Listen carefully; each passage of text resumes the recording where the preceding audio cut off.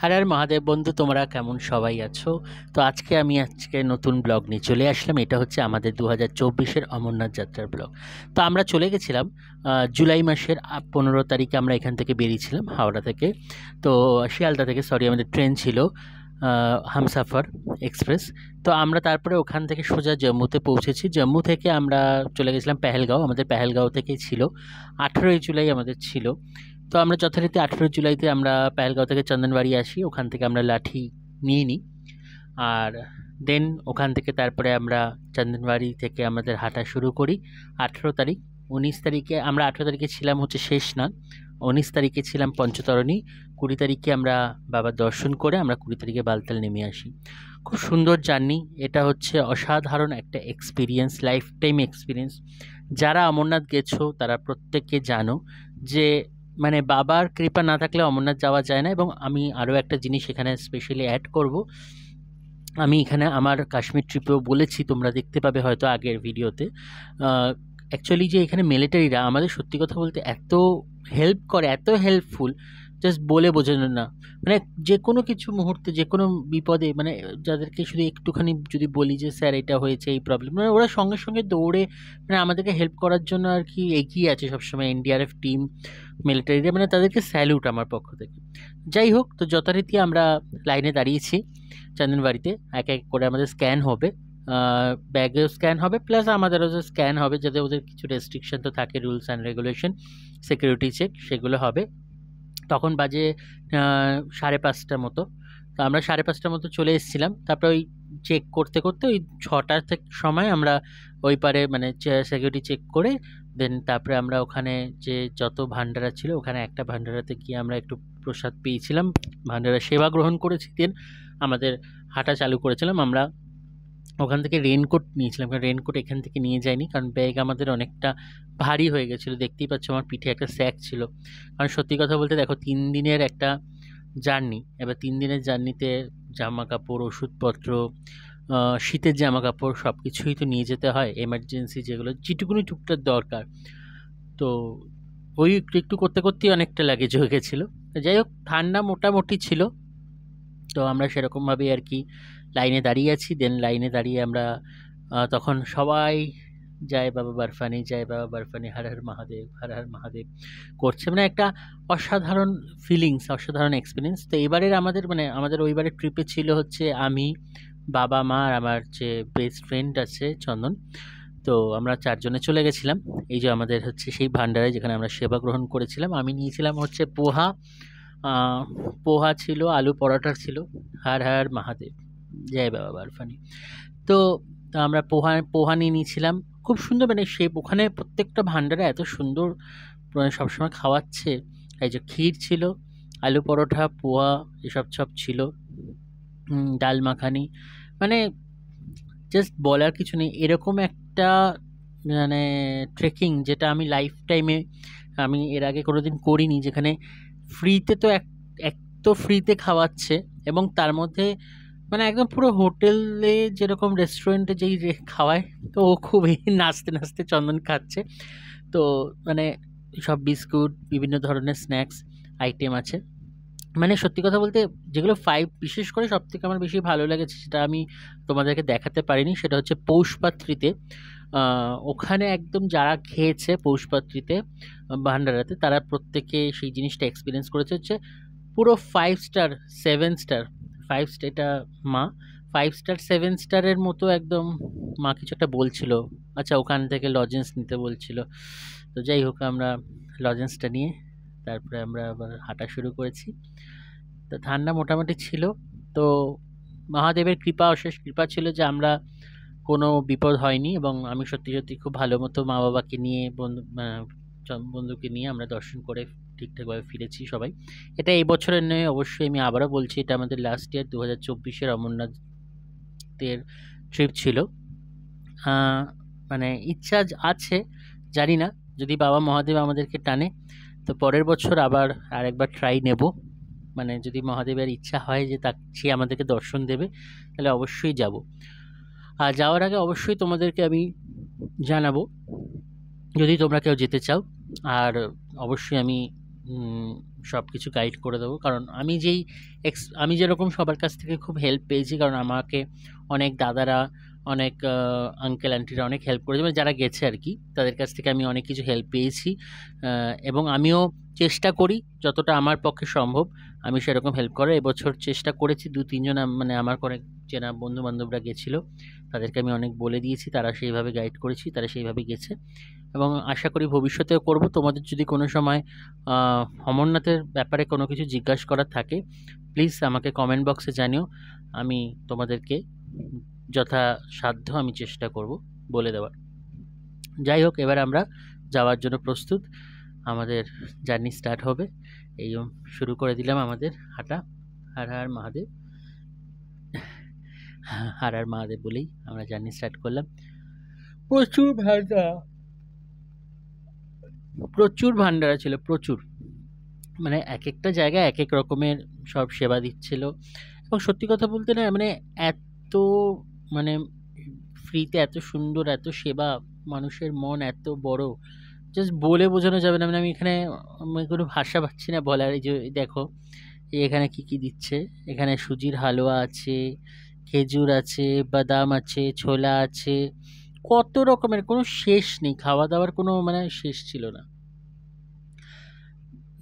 Even আমি শুনেছি লোকের কাছে পৌষপাত্রীতে তো নাকি ডোনাট, পিৎজা, চাউমিন, পোলাও, চিলি পনির, স্যান্ডউইচ, বিভিন্ন রকমের ডেজার্ট, মিষ্টি, এগুলো তো আছেই, এগুলো তো প্রচুর ছিল। আর এই তারপরে আমরা ওয়েদারটা খুব সুন্দর ছিল,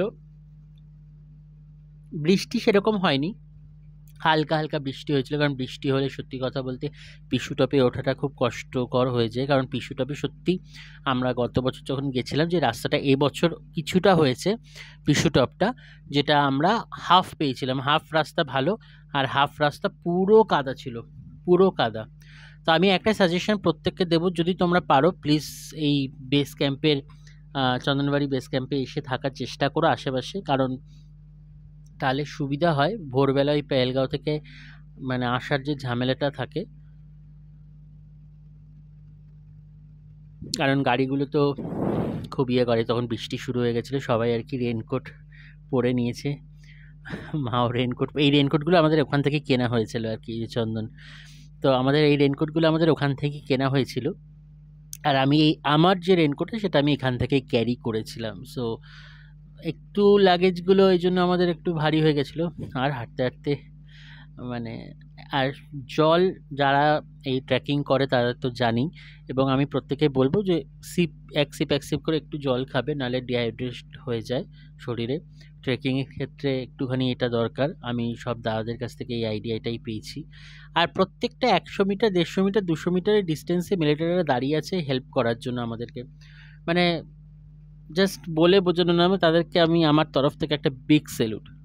তারপরে আমরা প্রথম, যে হিন্দিতে বলে প্রথম পাড়াও, মানে প্রথম আমাদের স্টেপ ছিল, ফার্স্ট স্টেপ পিসুটপ। পিসুটপ আমাদের হচ্ছে নিয়ার অ্যাবাউট ওই 3 কিলোমিটার। পিসুটপ মানে চন্দনবাড়ি থেকে পিসুটপে 3 কিলোমিটার। এই যে পিসুটপে পৌঁছে গেছি। পিসুটপের পরে হচ্ছে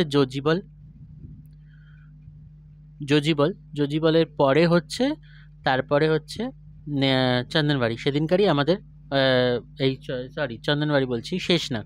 তো সেদিনকারই আমাদের প্রথম স্টপ, মানে ওখানেই আমাদের নাইট স্টে করতে হয়েছিল। যদি দুপুর 1টার মধ্যে কেউ যদি শেষনাগে পৌঁছে যায় 1টার আগে, তাহলে তারা শেষনাগ ক্রস করে যেতে পারে, তাহলে তারা মহাগুণা স্টপ বা পৌষপাত্রীতে গিয়ে থাকতে পারে ভান্ডারাতে।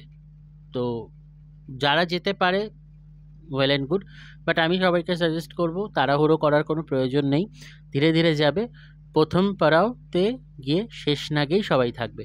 আর ওখানে এই পিসুটপেও কত সুন্দর গরম গরম রুটি করে দিচ্ছে, আলুর পরোটা, তারপরে মশলা মুড়ি ছিল, ধোকলা ছিল, এই যে পনির, শাহি পনির, বাটার পনির মশলা, কি নেই, পাপড়ি চাট, সামোসা চাট, কত কিছু, মানে যার কোনো শেষ নেই। খাবারের কোনো, সত্যি কথা বলতে না, মানে আমার না জার্নিতে না খাবারের কোনো শেষ নেই। তো তো অটোমেটিক্যালি, কিন্তু ওই খাওয়া দাওয়া বেশি করলে আবার শরীরের একটা প্রবলেম।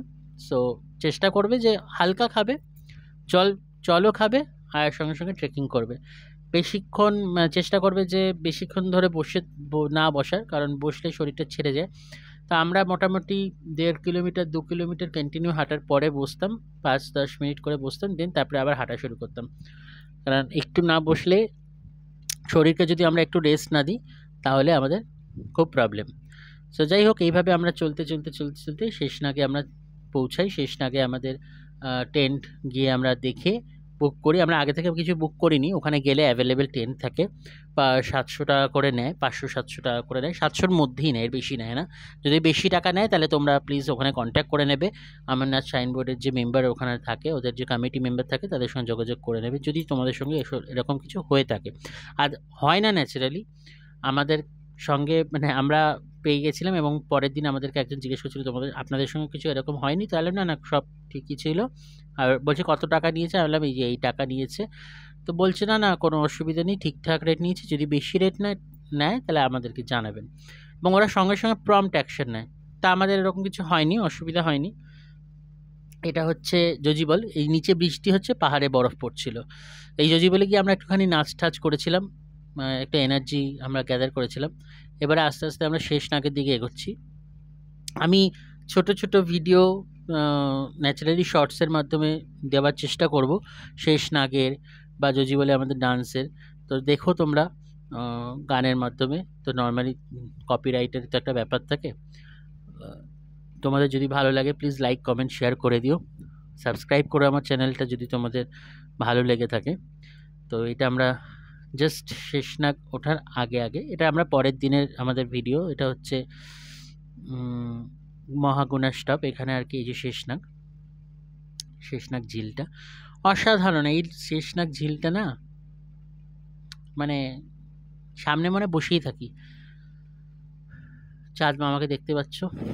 আমি ভিডিওটা বেশি লম্বা করিনি, কারণ তো মানে আসলে বেশি লম্বা ভিডিও দেখতে অনেকেরই হয়তো পছন্দ হয় না, তাই আমি কিছুটা জিনিস স্কিপ করে গেছি। আর সত্যি কথা বলতে নেক্সট দিন আমার একটু শরীরটা খারাপ ছিল, তাই আমারও সেরকমভাবে ভিডিও করা হয়ে ওঠেনি। তো শেষের দিকে একটু না দেখালে নয়, তাই আমি তোমাদেরকে, যখন আমি প্রথম বাবার দর্শন পেয়েছি, আমি তোমাদেরকেও সেই দর্শন করানোর চেষ্টা করেছি, এবং সেটা দেখাবো, অবশ্যই দেখতে পাবে। এটা হচ্ছে সাঙ্গামটপ, এই জায়গাটার নাম, যেখানে আমি দাঁড়িয়ে আছি। এটা হচ্ছে সাঙ্গামটপ, যেখান থেকে বালতাল আর পেহেলগাঁও রাস্তাটা এক হয়, সেই জায়গাটায় আমরা আছি এখন। এই যে বাবার প্রথম দর্শন আমরা এখান থেকে পেয়েছি। এই যে বাবার গুহা দেখতে পাচ্ছ, এই জুম করব, জুমটা করলে বুঝতে পারবে। ওই যে বাবার গুহা দেখতে পাচ্ছ। জয় বাবা বরফানি। সবাই একবার কমেন্টে লিখে দিও হর হর মহাদেব, জয় বাবা বরফানি। আর প্লিজ তোমাদের যদি ভালো লাগে, আমি আবারও বলছি, লাইক কমেন্ট শেয়ার করো, আর সাবস্ক্রাইব করে দিও আমার চ্যানেলটায়। যদি কোনো এরপরের যদি ভিডিও আসে তো তোমাদের কাছে চলে যাবে। যাই হোক, তো আমরা যথারীতি বাবার দরবারে পৌঁছে গেছিলাম, দর্শন করেছি, করে আমরা নেমে এসেছিলাম। তোমাদের আশীর্বাদ ভালোবাসা ছিল, এবং বাবারও আশীর্বাদ ছিল, তাই আমরা দর্শন করতে পেরেছি। আর ভবিষ্যতে যদি আমার আরও কোনো ট্রিপ ঘোরার কোনো ব্লগ আমি করি, অবশ্যই তোমাদের সঙ্গে শেয়ার করব। তোমরা সবাই ভালো থাকবে, আনন্দে থাকবে, খুশি থাকবে, এবং শুধু ঘুরে যাও। দেখবে এই ঘোরার মতো আনন্দ না সারা জীবনে কোথাও নেই। টাকা পয়সা অনেক ইনকাম করতে পারবে, কিন্তু এই ঘুরে এই যে ফিলিংস, এই যে অনুভূতি, এটা কিন্তু কোনোদিন আসবে না। তাই ভালো থেকো।